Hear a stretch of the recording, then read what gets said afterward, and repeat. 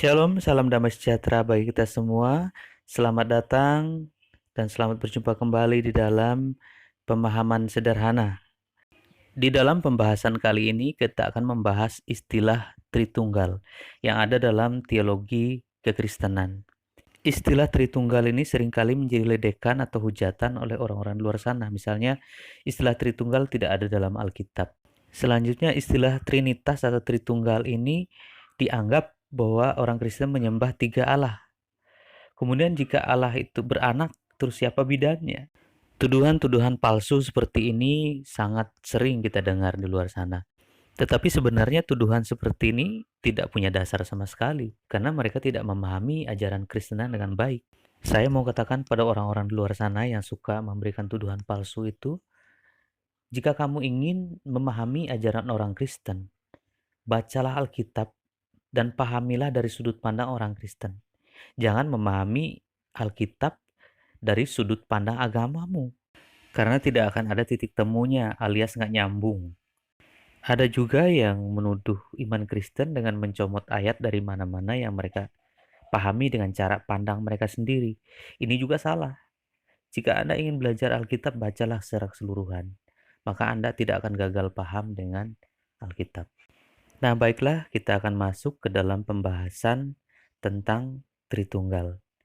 Tritunggal memang tidak ada tertulis di dalam Alkitab secara langsung.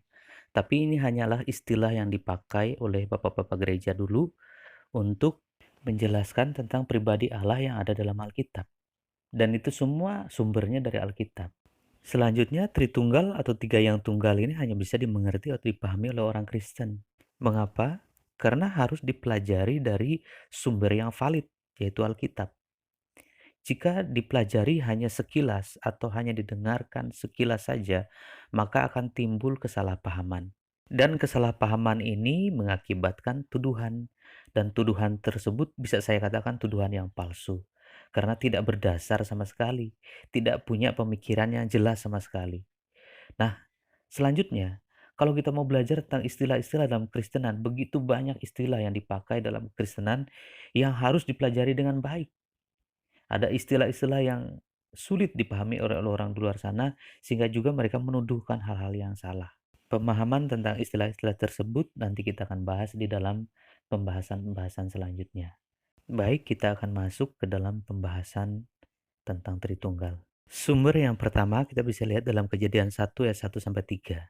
Di sana dikatakan pada mulanya Allah, kemudian selanjutnya ada roh Allah, kemudian selanjutnya ya ayat yang ketiga ada firman Allah. Nah, di sini kita bisa melihat hal yang ada dalam diri Allah sendiri. Pribadi Allah, rohnya, dan firman-Nya. Ketiga hal ini tidak bisa dipisahkan satu dengan yang lain.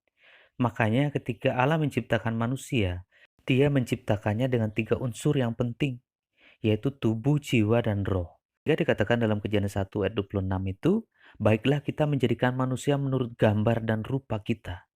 Berarti Allah menciptakan manusia segambar dan serupa dirinya. Dan manusia memiliki tiga unsur yang sangat penting dalam dirinya, yaitu tubuh, jiwa, dan roh. Ketiga ini tidak bisa dipisahkan satu dengan yang lain. Jika salah satunya tidak ada, maka manusia itu tidak bisa disebut dengan manusia yang sempurna. Oleh sebab itu, makanya Tuhan menciptakan manusia menurut gambar dan rupanya Dia. Allah, firman-Nya, dan rohnya itu adalah satu kesatuan yang tidak bisa dipisahkan. Kalau kita mau mengenal Allah secara utuh, secara sempurna, tiga unsur, tiga hal, tiga pribadi ini tidak bisa dipisahkan satu dengan yang lain. Jika Allah tanpa firman, maka saya bisa katakan dengan kata yang sederhana adalah Allah yang bisu. Jika Allah tanpa roh, maka saya katakan dengan bahasa yang sederhana adalah Allah yang mati. Ketiga hal ini bisa kita bedakan, tapi tidak bisa dipisahkan dalam pribadi Allah. Orang Kristen tidak pernah mempercayai bahwa mereka menyembah tiga Allah. Kalau orang di luar sana menuduh orang Kristen menyembah tiga Allah, itu adalah tuduhan yang salah. Karena orang Kristen sendiri pun tidak mempercayai hal tersebut. Jadi, bagi orang-orang yang gagal paham dengan iman Kristenan, marilah belajar dengan orang Kristen. Kemudian dalam Yohanes pasal 1 ayat yang ke-1 dikatakan sana, pada mulanya adalah firman, firman itu bersama-sama dengan Allah, dan firman itu adalah Allah. Tuhan Yesus adalah firman yang telah menjadi manusia. Makanya orang Kristen tidak menuhankan manusia. Karena sumber-sumbernya salah satunya adalah ayat ini. Yesus itu bukan manusia yang dituhankan, tapi Tuhan yang menjadi manusia. Turun ke dunia untuk menyelamatkan manusia. Jadi nanti suatu saat saya akan berikan penjelasan sederhana mengenai hal ini. Kata Tritunggal kembali kepada kata Tritunggal tadi.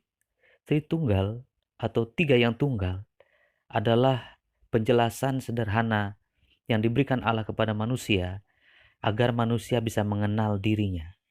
Jadi jika Anda gagal paham dengan iman Kristen, baiklah belajar dengan membaca Alkitab atau bertanyalah kepada orang Kristen, biar Anda mendapatkan penjelasan yang baik dan benar. Ya demikian channel saya tentang pembahasan dalam pemahaman sederhana.